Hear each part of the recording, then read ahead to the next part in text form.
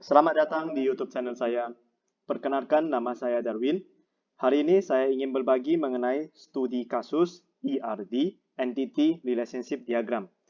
Adapun contoh kasus dalam video ini adalah mengenai franchise.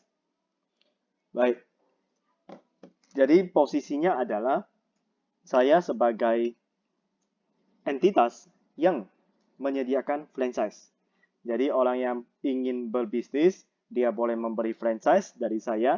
Habis itu dia tinggal buka tokonya. Tapi tentunya awal harus sediakan ruko terlebih dahulu. Itu kurang lebih proses bisnisnya atau narasinya. Nah, bagaimana cara menggambar ERD-nya? Pertama, orang yang memberi franchise dari saya, tentunya dia adalah entitas toko. Kemudian dari toko ini tentunya kan ada barang. Berarti menyuplai barang. Asumsikan barang ini disuplai oleh saya selaku orang yang menjual franchise kepada orang yang membuka franchise tersebut, maksudnya kepada tokonya.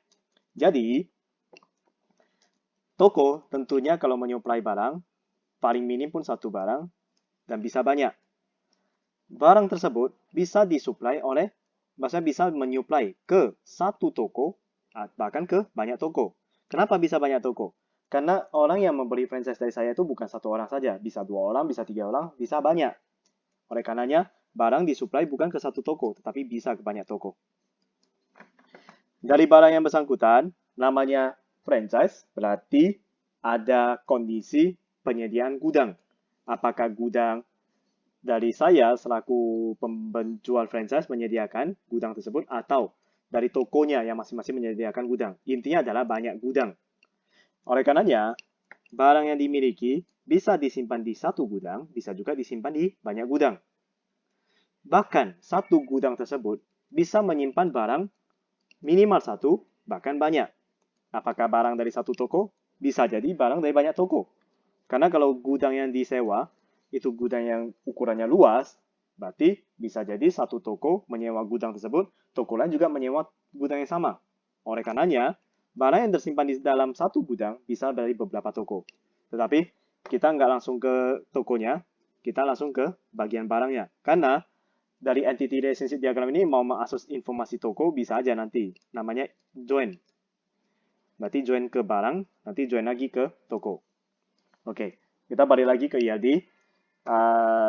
Barang tersebut disuplai oleh siapa? Berarti dari supplier. Supplier ada beberapa. Bisa satu, minimal, dan bisa banyak. Satu supplier bisa supply satu barang dan banyak barang. One to many. One atau many maksud saya. Oke, kita balik lagi ke toko.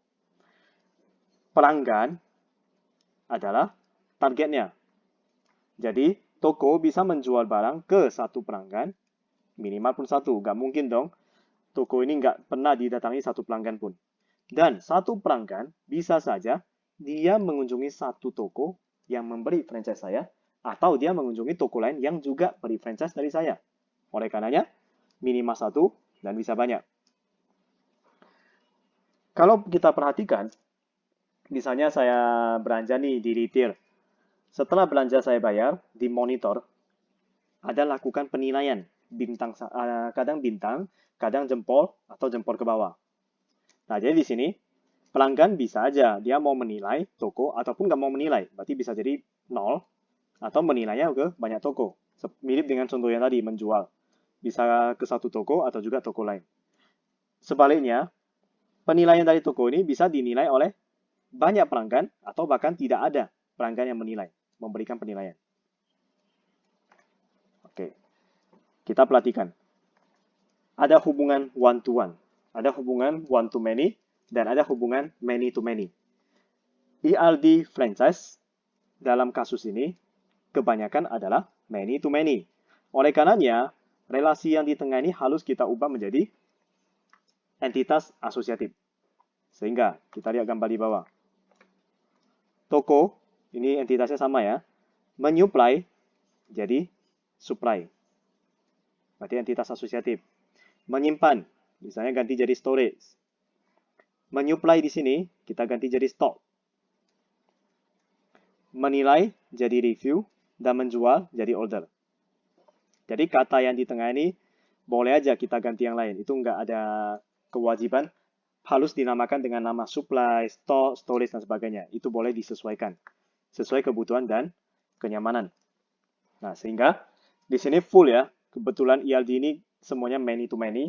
Jadi, nantinya ada beberapa tabel nih yang akan dibuat ke dalam database, yaitu tabel toko, tabel supply, tabel barang, tabel storage, tabel gudang, tabel order, tabel review, tabel stock, tabel supplier, dan tabel pelanggan. Andai kata entitas asosiatif yang digambarkan itu ada nama yang sama, itu nanti belakangan boleh kita ganti. Itu nggak masalah.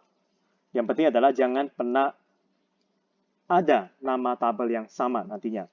Itu nama tabel kan belakangan ya di database. Kalau di ELD, pada saat awal masih sama itu oke, tapi finalnya bagusan kita revisi. Supaya kalau memang namanya udah unik, waktu dikonversi ke tabel, lebih minim kesalahan. Nextnya adalah, kita ketahui bersama, entitas itu kan ada primary key. Jadi karena hubungan many to many, berarti primary key yang ada di toko, primary key yang ada di barang, akan menjadi composite key. Berarti subtabel entitas asosiatif ini, supply, akan memiliki dua primary key langsung dan dijadikan sebagai composite key.